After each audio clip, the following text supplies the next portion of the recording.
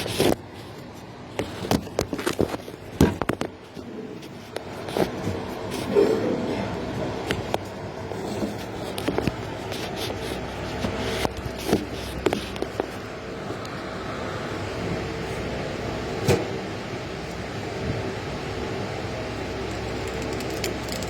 الحمد لله نحمده ونستعينه ونستغفره ونعوذ بالله من شرور أنفسنا ومن سيئات أعمالنا من يهده الله فلا مضل له ومن يضلل فلا هادي له وأشهد أن لا إله إلا الله وحده لا شريك له وأشهد أن محمدا عبده ورسوله أما بعد فإن خير الحديث كتاب الله وخير الهدي هدي محمد صلى الله عليه وسلم وشر الأمور محدثاتها وكل محدثة بدعة وكل بدعة ضلالة وكل ضلالة في النار.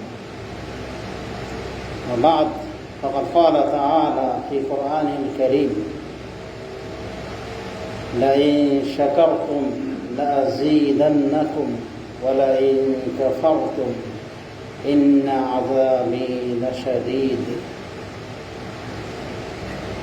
وقال الرسول صلى الله عليه وسلم: يا معاذ إني أحبك وإني أوصيك يا معاذ ألا تدع دبر كل صلاة أن تقول: اللهم أعني على ذكرك وشكرك وحسن عبادتك، أو كما قال النبي صلى الله عليه وسلم. أيها الحضور الكرام، أيها العباد، أيها المتقون، اتقوا الله عز وجل وتزودوا من هذه التقى لمعادكم ليوم المعاد، فإنها خير الزاد للجميع يوم لا ينفع مال ولا بنون إلا من أتى الله بقلب سليم. وأثر عن علي بن أبي طالب أنه قال في التقى: هي الأمر بالتنزيل والرضا بالقليل والاستعداد ليوم الرحيل.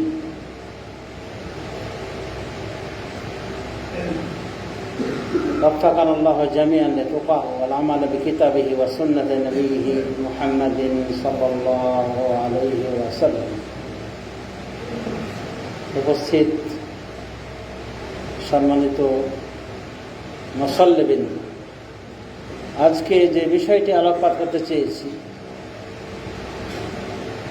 অত্যন্ত চমৎকার বিষয়, যা আমাদের জীবনে বাস্তবায়ন হওয়া জরুরি। বিষয়টি হলো আল্লাহর নিয়ামতের শুকরিয়া মর্মে রাসূলুল্লাহ সাল্লাল্লাহু আলাইহি ওয়াসাল্লামের একখানা গুরুত্বপূর্ণ হাদিসের ব্যাখ্যা বিশ্লেষণ করা। এই হাদিসের ভিতরে একটি দোয়া রয়েছে যা রাসূলুল্লাহ সাল্লাল্লাহু আলাইহি ওয়াসাল্লাম তার প্রিয় সাহাবী মুআয বিন জাবাল রাদিয়াল্লাহু আনহুকে শিক্ষা দিয়েছিলেন,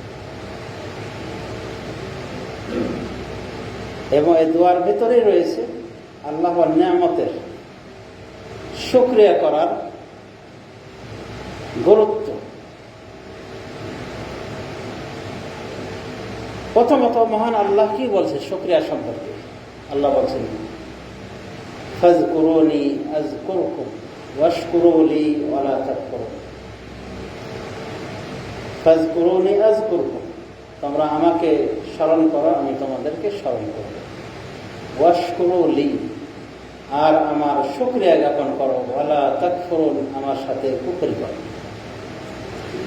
মহান আল্লাহ বলছেন লাইন শাকারতুম, মহান আল্লাহ আরো বলছেন লাইন শাকারতুম লাযীদান্নাকুম, যদি তোমরা শুকরিয়া করো, আমার নিয়ামতের শুকরিয়া করো, লাযীদান্নাকুম, তাহলে আমি আমার নিয়ামত আরো বাড়িয়ে দেব। ওয়ালা ইন কাফারতুম, আর যদি কুফরি করো, ইন্না আযাবি লাশাদীদ, তাহলে মনে রাখবে আমার আযাব বড়ই কঠিন। এখানে আল্লাহ রাব্বুল আলামিন আমাদেরকে তার জিকির করতে বলেছেন। জিকির করলে আল্লাহ রাব্বুল আলামিন আমাদের জিকির করবেন। জিকিরের অর্থ হলো স্মরণ করা। তো আমরা যদি আল্লাহকে স্মরণ করি, আল্লাহ আমাদেরকে স্মরণ করবেন, মানে আল্লাহ আমাদের টেক কেয়ার নেবেন। তিনি আমাদেরকে আমাদের কর্মফল হিসাবে তিনি আমাদেরকে স্মরণ করবেন। যদি আল্লাহ কোনো সময় ভুলেন না, ভুলের ঊর্ধ্বে, কিন্তু কর্মফল হিসেবে বলা হয়েছে যে যদি তোমরা স্মরণ করো আমাকে, আমি তোমাদের স্মরণ করব। ওয়াশকুরুলি, আর আমার শুকরিয়া জ্ঞাপন করো। ওয়ালা তাকফুরুন, আর কুফরি করো না। তাহলে আল্লাহর শুকরিয়া জ্ঞাপন এবং আল্লাহর জিকির, এই দুটির গুরুত্ব এখানে থেকে ফুটে উঠে, এই আলোচনা থেকে, মহান রব্বুল আলামিন এই বাণী থেকে। ফাযকুরুনি আযকুরকুম, তোমরা আমার জিকির করো, আমাকে স্মরণ করো, আমি তোমাদের স্মরণ করবো। ওয়াশকুরুলি, আমার শুকরিয়া জ্ঞাপন করো। ওয়ালা তাকফুর, কুফরি করো। রাসূলুল্লাহ সাল্লাল্লাহু আলাইহি ওয়াসাল্লাম তার মহান সাহাবী মুআজ বিন জাবাল রাদিয়াল্লাহু আনহুকে একসময় বলেন, ইয়া মুআজ ইন্নী উহিব্বুকা, হে মুআজ, আমি তোমাকে ভালোবাসি। সুতরাং আমি তোমাকে একটা উপদেশ দিচ্ছি। সেই উপদেশ হলো যে তুমি প্রত্যেক ফরজ সালাতের পর এই দোয়াটি করা ছাড়বে না। দোয়াটি কি? আল্লাহুম্মা আইন্নি আলা যিকরিকা ওয়া শুকরিকা ওয়া হুসনি ইবাদাতিক। আল্লাহুম্মা আইন্নি আলা যিকরিকা ওয়া শুকরিকা ওয়া হুসনি ইবাদাতিকা ওয়া হুসনি ইবাদাতিক। আবু দাউদ তিরমিজিতে এই হাদিসটি আছে বিশুদ্ধ। এই হাদিসটির অপর একটি বর্ণনা মুসনাদ আহমদ এসেছে। সেখানে রাসূলুল্লাহ সাল্লাল্লাহু আলাইহি ওয়াসাল্লাম বলেছেন, আতুহিব্বুনা আন তাজতাহিদু ফি দুআ, তোমরা কি পছন্দ করো, ভালোবাসো যে দোয়াতে সাধ্য সাধনা করবে, মানে অনেক সুন্দর সুন্দর দোয়া করতে চাও আল্লাহর কাছে। এটা যদি ভালোবাসো তাহলে এই দোয়াটা করো, আল্লাহুম্মা আইন্না আলা যিকরিকা ওয়া শুকরিকা ওয়া হুসনি ইবাদাতিক। মুসনাদ হাদিস। এখানে রাসূলুল্লাহ সাল্লাল্লাহু আলাইহি ওয়াসাল্লাম শুধু মুআজকে বলছেন না, মুআজ রাদিয়াল্লাহু বলছেন না, বরং ব্যাপক আকারে সবাইকে লক্ষ্য করে বলছেন যে তোমরা কি ভালোবাসো আন তাজতাহিদু ফি দুআ, দোয়াতে তোমরা সাধ্য সাধনা করবে, মানে অনেক অনেক ভালো ভালো দোয়া করতে চাও, তাহলে এই দোয়া করো, এই দোয়াটি করো। কি দোয়াটি? আল্লাহুম্মা আইন্না আলা যিকরিকা ওয়া শুকরিকা ওয়া হুসনি ইবাদাতিক। বা যে শব্দে রাসূলুল্লাহ সাল্লাল্লাহু আলাইহি ওয়াসাল্লাম মুআজ বিন জাবালকে শিখিয়েছিলেন। কি শিখিয়েছিলেন? আল্লাহুম্মা আইন্নি আলা যিকরিকা ওয়া শুকরিকা ওয়া হুসনি ইবাদাতিক। হে আল্লাহ, আপনি আমাকে সাহায্য করুন আলা যিকরিকা, আপনার জিকিরের প্রতি, ওয়া শুকরিকা, আপনার শুকরিয়া জ্ঞাপনের প্রতি, ওয়া হুসনি ইবাদাতিক, এবং আপনার ইবাদত সুন্দরভাবে আদায় করার বিষয়ে। তিনটা বিষয়ে আল্লাহর কাছে সাহায্য চাওয়া হয়েছে: আল্লাহর জিকিরের বিষয়, আল্লাহর শুকরিয়ার বিষয়, আল্লাহর সুন্দর ইবাদত করার বিষয়। আসুন আমরা একটু ব্যাখ্যা বিশ্লেষণ করার চেষ্টা করি। কেন রাসূলুল্লাহ সাল্লাল্লাহু আলাইহি ওয়াসাল্লাম এই দোয়াটিকে একেবারে শ্রেষ্ঠ দোয়ার মধ্যে নিয়েছেন? যেন বলছেন হাদিসে যে যদি তোমরা কি ভালোবাসো, বেশি বেশি ইজতিহাদ করবে দোয়াতে, মানে বেশি বেশি সাধ্য সাধনা করবে দোয়ার ক্ষেত্রে, মানে তোমার দোয়াটা সুন্দর হোক, তোমাদের দোয়া সুন্দর হোক, আল্লাহ কবুল করুন, বা ওর ভিতরে তোমাদের দুনিয়া আখিরাত কল্যাণ থাকবে, এমন দোয়া কি ভালোবাসো, তাহলে এই দোয়াটা করো। আর এই দোয়া করতে গিয়ে রাসূলুল্লাহ সাল্লাল্লাহু আলাইহি ওয়াসাল্লাম তিনটি বিষয়ের কথা উল্লেখ করেছেন। আল্লাহুম্মা আইন্নি আলা যিকরিকা ওয়া শুকরিকা ওয়া হুসনি ইবাদাতিক। কেন বললেন? আসুন আমরা একটু ব্যাখ্যা বিশেষ জেনে নেওয়ার চেষ্টা করি। আল্লাহর জিকির, এখানে বলা হচ্ছে আল্লাহ আপনি আমাকে সাহায্য করুন। আল্লাহ জিকির, আপনার জিকির করার প্রতি। জিকির বলতে আমরা কি বুঝি? জিকির বলতে প্রথমত বুঝতে হবে হেদাতি জিকির, বেদাতি কোনো জিকির না, কোন সুফি মতবাদের তাদের বানাওয়াট জিকির না। যেমন আল্লাহ আল্লাহ হো হো, এগুলো না। কোরআন সুন্নায় যে জিকিরগুলি এসেছে এই জিকিরগুলি উদ্দেশ্য। আর কোরআন সুন্নাহর জিকিরগুলি ব্যাপক। যেমন কিছু কালেমাত রাসূলুল্লাহ সাল্লাল্লাহু আলাইহি ওয়াসাল্লাম আমাদের শিক্ষা দিয়েছেন, এগুলো পড়তে হবে, এগুলো কোনো বিকল্প না। বাংলাতে পড়েও কাম হবে। যেমন সালাতের ভেতরে জিকির আজকারগুলি, রুকুর জিকির সুবহান রাব্বিয়াল আযীম, অনুভাবে সাজদার ক্ষেত্রে জিকির সুবহান রাব্বিয়াল আলা।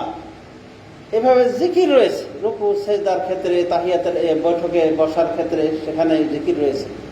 এগুলো জিকির উদ্দেশ্য। যখন জিকির বলা হচ্ছে মানে কিছু কালেমাত যা রাসূলুল্লাহ সাল্লাল্লাহু আলাইহি ওয়াসাল্লাম শিক্ষা দেয়, কিছু দোয়া যা রাসূলুল্লাহ সাল্লাল্লাহু আলাইহি ওয়াসাল্লাম শিক্ষা দিয়েছে, এগুলোকে জিকির বলা হয়। অনুভাবে জিকির মানে তো স্মরণ করা। তো স্মরণ করা তো কালেমা ছাড়াও হতে পারে। যেন ওলামায়ে কেরাম বলছেন যে জিকির যখন আপনি হালাল হারাম মেনে বেছে চলেন তখনও কিন্তু আল্লাহর জিকির করেছেন, মানে আল্লাহকে স্মরণ করেছেন। মানে আল্লাহর স্মরণ আছে বলেই কিন্তু আপনি হারামটা গ্রহণ করলেন না এবং হালালটাকে গ্রহণ করলেন। কেন গ্রহণ করলেন? যে আল্লাহ আমাকে পাকড়াও করবেন, হারাম ভক্ষণের জন্য, হারাম গ্রহণের জন্য আল্লাহ আমাকে পাকড়াও করবেন। তো আপনি হালাল হারামের সময় যে হালালটা বাঁচলেন, হারামকে পরিত্যাগ করেন, আল্লাহর জিকির করেন। তাহলে বলা যেতে পারে জিকির কয়েকভাবে বিভক্ত। আর জিকরুল লিসানি, জবানের জিকির। আর জিকরুল কলবি, হৃদয়ের জিকির, মানে হৃদয় থেকে আপনি আল্লাহকে স্মরণ করছেন, আল্লাহর আজমাত, আল্লাহর বড়ত্ব, আল্লাহর একত্ববাদকে স্মরণ করছেন এবং আল্লাহর নিকটে আপনি শ্রদ্ধা নিবেদন করছেন। হৃদয়ের গহীন থেকে আপনি আল্লাহর উপরে শ্রদ্ধাশীল, এটাও আল্লাহর জিকির। আর জিকরুল আমালি, আমলগত ভাবে জিকির, মানে আপনি এমন কিছু আমল রয়েছে যেগুলোর মাধ্যমে আপনি আল্লাহকে জিকির করতেছেন, আল্লাহকে স্মরণ করতেছেন। এর ভেতরে চলে আসছে নামাজ, জাকাত, যাকাত ইত্যাদি সবই চলে আসছে, যেন আপনি আল্লাহকে এগুলোর মাধ্যমে স্মরণ করতেছেন, আল্লাহকে, আল্লাহর বিধিবিধানকে স্মরণ করতেছেন। তো যখন রাসূলুল্লাহ সাল্লাল্লাহু আলাইহি ওয়াসাল্লাম বলেন আল্লাহুম্মা আইন্নি আলা যিকরিকা ওয়া শুকরিকা, মুআয বিন জাবালকে দোয়াটা শিখালেন। তিনটা কথা আছে। হে আল্লাহ, আপনি আমাকে সাহায্য করেন আপনার জিকিরের উপর, জিকির করার ক্ষেত্রে, আপনার শুকরিয়া জ্ঞাপনের ক্ষেত্রে, আপনার সুন্দর করে ইবাদত করার ক্ষেত্রে। তো এই জিকির বলতে এই জিকিরগুলি সবগুলি চলে আসে। কিছু জিকির আজকার রয়েছে যা রাসূলুল্লাহ সাল্লাল্লাহু আলাইহি ওয়াসাল্লাম শিখিয়েছেন, সালাতের ক্ষেত্রে হোক, সিয়ামের ক্ষেত্রে হোক, হজ্জের ক্ষেত্রে হোক, খাওয়া দাওয়ার ক্ষেত্রে হোক। জিকির আছে না, বিসমিল্লাহ বলে আমরা খাওয়া দাওয়া শুরু করি, শেষে আলহামদুলিল্লাহ, মানে ছোট করে অন্তত আমরা এতটুকু বলতে পারি। আরো বিভিন্ন দোয়া রয়েছে, এগুলোকে জিকির বলা হয়। বাথরুমে যাতে জিকির রয়েছে, আল্লাহুম্মা ইন্নী আউযু বিকা মিনাল খুবুসি ওয়াল খাবায়েস, শুরুতে বিসমিল্লাহ বলার কথা ভিন্ন হাদিস। আল্লাহুম্মা ইন্নী আউযু বিকা মিনাল খুবুসি ওয়াল খাবায়েস, বুখারী শরীফ হাদিস এসেছে। এগুলো জিকির। হাদিসে বলা হয়েছে বিসমিল্লাহ বলে যদি আপনি হামামে ঢোকেন, বিসমিল্লাহ এই দোয়াটা পড়ে আল্লাহুম্মা ইন্নী আউযু বিকা মিনাল খুবুসি ওয়াল খাবায়েস, তাহলে বিসমিল্লাহ যে আপনি পড়লেন এর মাধ্যমে শয়তান কি যেন কানা হয়ে গেছে। শয়তানের চোখে এবং আপনার লজ্জাস্থানের মাঝে আড় হয়ে যায়, শয়তান আর দেখেন। অথবা আপনি হামামে গোসল করছেন না, শয়তান কিন্তু দেখছেন, শয়তানের চোখ যেন কানা হয়ে গেছে। তাহলে জিকিরের কত গুরুত্ব রয়েছে লক্ষ্য করে দেখেন। রাসূলুল্লাহ সাল্লাল্লাহু আলাইহি ওয়াসাল্লাম বলছে জিকিরকারী ব্যক্তির উদাহরণ হলো ওই ব্যক্তির মতো যাকে শত্রু তাড়া করেছে, আর সে শত্রু থেকে রক্ষা পাওয়ার জন্য দৌড় মেরেছে। হঠাৎ করে সুরম্য প্রসাদ তার সামনে উপস্থিত, দরজা খুলে ভিতরে ঢুকে গিয়েছে। তো যেভাবে একজন শত্রু থেকে নিরাপদ হয়, একটা মজবুত বিল্ডিং এর ভিতরে ঢুকে গিয়ে ঠিক যে জিকির করে, শয়তান থেকে ওইভাবে সে নিরাপদ থাকে। মুসনাদ আহমদের হাদিসে রাসূলুল্লাহ সাল্লাল্লাহু আলাইহি ওয়াসাল্লাম। তো জিকির বলতে দোয়া, জিকির, আজকার যা রাসূলুল্লাহ সাল্লাল্লাহু আলাইহি ওয়াসাল্লাম শিখিয়েছেন আমাদের, উঠতে বসতে সর্বাবস্থাতে। সকালে জিকির শিখিয়েছেন না, আল্লাহ বিসমিকা আমুতু ওয়া আহইয়া, ঘুম থেকে ওঠার জিকির, এটা ঘুমানোর জিকির হলো। আলহামদুলিল্লাহিল্লাযী আহইয়ানা বা'দা মা আমাতানা ওয়া ইলাইহিন নুশুর, এই জাতীয় জিকির। আর অনেক জিকির আছে, একই বিষয়ের অনেকগুলো জিকির রয়েছে। তো এই জিকির, আজকার, এগুলো উদ্দেশ্য হতে পারে জিকির বলতে। আবার জিকির বলতে আপনি শুধু সুবহানাল্লাহ, আলহামদুলিল্লাহ, লা ইলাহা ইল্লাল্লাহ, আল্লাহু আকবার, এগুলো তো জিকির বটে, কিন্তু এগুলো করে আপনি মানে ভেবে নিয়েছেন যে এগুলোই আপনাকে নাজাত দেবে, নামাজ রোজা করলেন, এটা হবে না। বরং ইবাদতটা একটা বড় জিকির। এজন্যই মহান আল্লাহ বলছেন সূরা তাহার ভিতরে, ওয়া আকিমিস সালাতা লিযিকরি, তুমি আমার জিকিরের জন্য সালাত কায়েম করো। তাহলে সালাত নাই, আল্লাহর জিকিরও নাই। সুতরাং সালাতটাকে অর্থাৎ নামাজকে আল্লাহ জিকির বলেছেন, কোরআনকে আল্লাহ জিকির বলেছেন। ইন্না নাহনু নাযালনা যিকরা ওয়া ইন্না লাহু লাহাফিজুন, নিশ্চয় আমি এই জিকিরকে নাজিল করেছি, মানে কোরআনকে নাজিল করেছি। ওয়া ইন্না লাহু লাহাফিজুন, এবং আমি এর সংরক্ষণকারী। আর কোরআন আল্লাহর জিকির। তা আপনি দোয়া করছেন, হে আল্লাহ আপনি আমাকে সাহায্য করুন আপনার জিকির করার প্রতি, তার মানে আপনার কোরআন তেলাওয়াত করার প্রতি আমাকে সাহায্য করুন, আপনার সালাত কায়েম করার প্রতি আমাকে সাহায্য করুন, তবে আপনার শেখানো দোয়া, জিকির, আজকার যত কিছু রয়েছে সেগুলো করার ক্ষেত্রে আপনি আমাকে সাহায্য করুন। আল্লাহর কাছে দোয়া চাচ্ছেন, আল্লাহর কাছে সাহায্য চাচ্ছেন। তো আল্লাহর কাছে সাহায্য চাইলে আল্লাহ যদি আপনাকে দিয়ে দেয়, তা আপনি ধরুন। ওয়াজকুরুল্লাহ কাসীরান লাআল্লাকুম তুফলিহুন, আল্লাহ বলছেন তোমরা আল্লাহ বেশি বেশি জিকির করো যাতে সফল কাম হতে পারে। তাহলে জিকিরের ভিতরে সফলতা রয়েছে। কোরআন কারীম আল্লাহর জিকির, কোরআন কারীমের এক একটা হরফে 10টা করে নেকি আল্লাহ রাব্বুল আলামিন দিবেন। পৃথিবীর বুকে এমন কোনো কিতাব নাই যার ক্ষেত্রে বলা হয়েছে তার প্রত্যেকটা অক্ষরের বিনিময়ে 10টা করে নেকি, কিন্তু এই আল কোরআন কারীম। কিন্তু কত মানুষ হতভাগ্য, বঞ্চিত হয়ে রয়েছে যে কোরআন সে শুনেও না, নিজে তেলাওয়াত করে, কোরআন সে জানেও না, মানে রেডি করতে পারে। এগুলো প্রকৃত অর্থেই হতভাগ্যতা। দুনিয়ার সব কিছু শিখলো, কিন্তু শিখলো না যেগুলো তার জীবনের জন্য গুরুত্বপূর্ণ, পরকালের জন্য যেগুলো তার কাজে আসবে সেগুলোর ক্ষেত্রে সে না।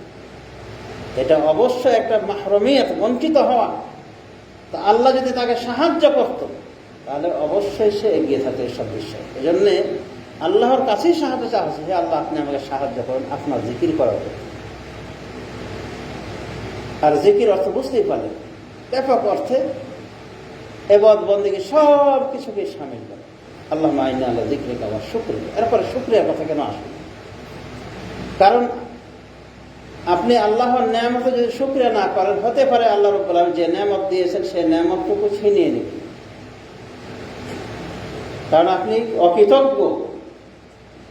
অকৃতজ্ঞ হওয়ার কারণে আল্লাহ আপনার নেয়ামতকে ছিনিয়ে নিতে পারেন।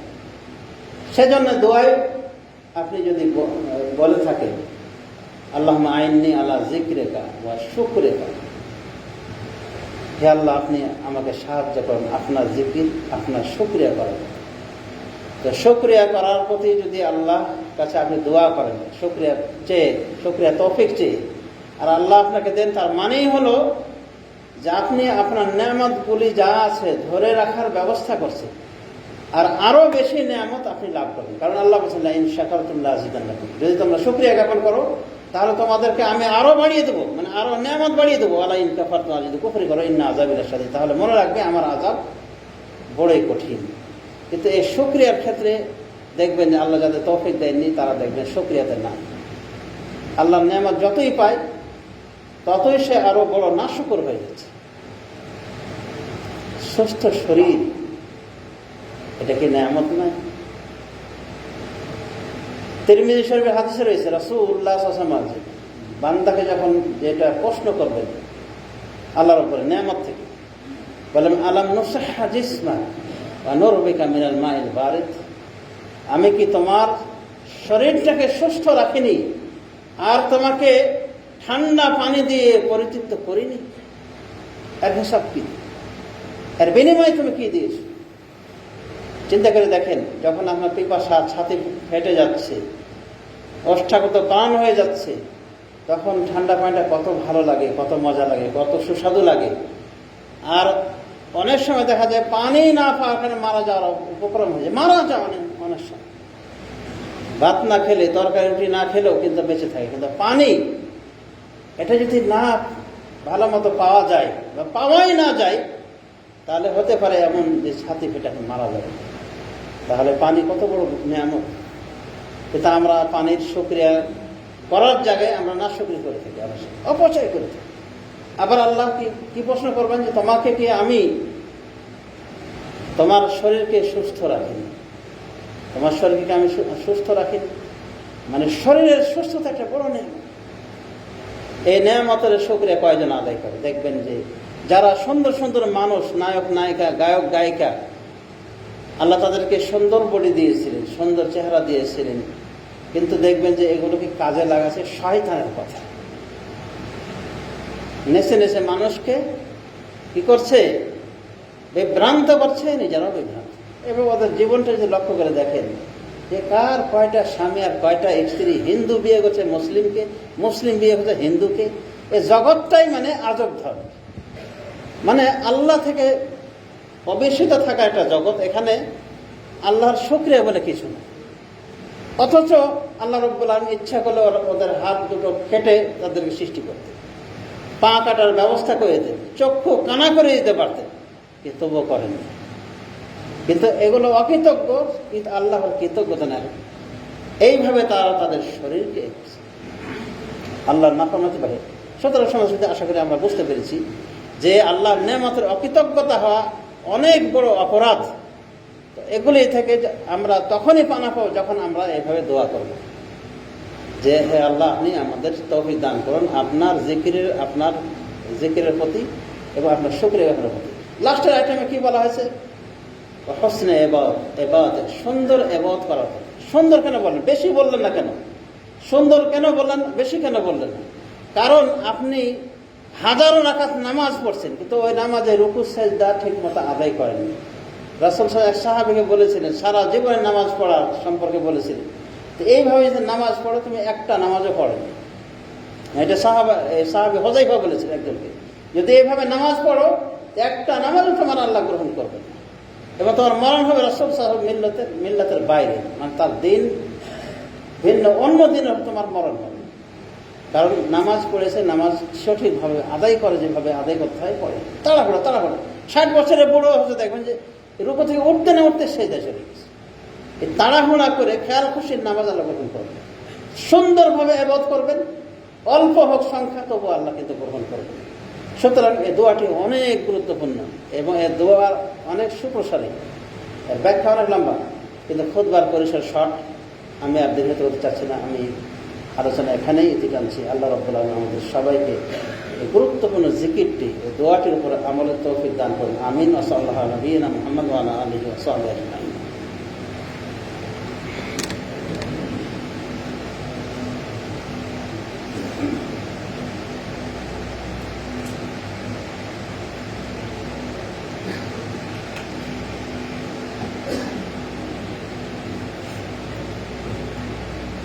আলহামদুলিল্লাহ রাব্বিল আলামিন ওয়া সলাতু ওয়া সালামু আলা নবিয়িনা মুহাম্মদ ওয়া আলা আলিহি ওয়া সাহবিহি আজমাইন ওয়া তাবিঈনা লাহুম বিইহসান ইলা ইয়াউমিদ্দিন, আম্মা বা'দ। সমাজে আশা করি আমরা এই জিকিরটির গুরুত্ব বুঝতে পেরেছি, এবং আল্লাহ রাব্বুল আলামিন যদি আপনার এই দোয়াটা গ্রহণ করেন, এর অর্থই হলো আপনার জীবন ধন্য। আল্লাহর জিকির করলেন, এদিকে আল্লাহ নেয়ামতের শুকরিয়া জ্ঞাপন করলেন। আল্লাহ নেয়ামতের শুকরিয়া জ্ঞাপন করলে আল্লাহ আপনাকে বাড়িয়ে দেবেন। যদি কুফরি করেন, অকৃতজ্ঞতা করেন, ওই নেয়ামত ছিনিয়ে নিতে পারেন। এবং একজন দেখা যায় কত রাজা আল্লাহ ফকির করেছেন, কত ফকিরকে আল্লাহ কি করেছেন? রাজত্ব দান করেছেন, আল্লাহর হাতের সব কিছু। সুতরাং আপনার আল্লাহ নেয়ামত শুকরিয়া করেন, আল্লাহ বাড়িয়ে দেবেন। আর উত্তম ইবাদতের কথা বলে, উত্তম ইবাদত যদি না হয়, তাহলে আপনি হাজারো ইবাদত করেন, ওই এবাদত আপনার উপর ছুঁড়ে মারা হবে কিয়ামতের মাঠে, ওটা গ্রহণ করবেন না আল্লাহ রাব্বুল আলামিন। এই জন্য উত্তমভাবে এবাদত করতে হবে। আর উত্তমভাবে এবাদত কীভাবে হবে? আল্লাহকে খুশি করার জন্য এবাদতটা করবেন, আর রাসূলুল্লাহ সাল্লাল্লাহু আলাইহি ওয়াসাল্লাম তরিকাকে ফলো করবেন, তাহলে সেটা উত্তম এবাদত। নতুবা সেটা হয় শিরক অথবা বিদআত।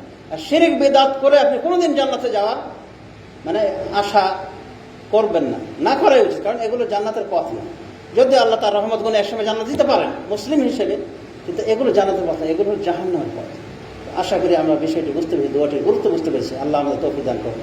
আল্লাহুম্মা আ'ইজ্জিল ইসলাম ওয়াল মুসলিমিন ওয়া আযিল্লা শিরকা ওয়াল মুশরিকিন। রব্বানা আতি নুফুসানা তাকওয়াহা ওয়া যাক্কিহা আনতা খায়রু মান যাক্কাহা আনতা ওয়ালিয়ুহা মাওলাহা। আল্লাহুম্মা ইগফির লিজামিল মুসলিমিন ওয়াল মুসলিমাত ওয়াল মুমিনিন ওয়াল মুমিনাত। আল্লাহুম্মা আনসুরিল ইসলাম ওয়াল মুসলিমিন। اللهم انصر المسلمين المظلومين في كل مكان خاصة في فلسطين. اللهم عليك بهؤلاء الأعداء الغاشمين الظالمين. اللهم خذهم أخذ عزيز مقتدر يا قوي يا عزيز. وصلى الله على نبينا محمد وعلى آله وصحبه أجمعين. وقوموا إلى الصلاة وبارك الله فيكم. الله أكبر الله أكبر أشهد أن لا إله إلا الله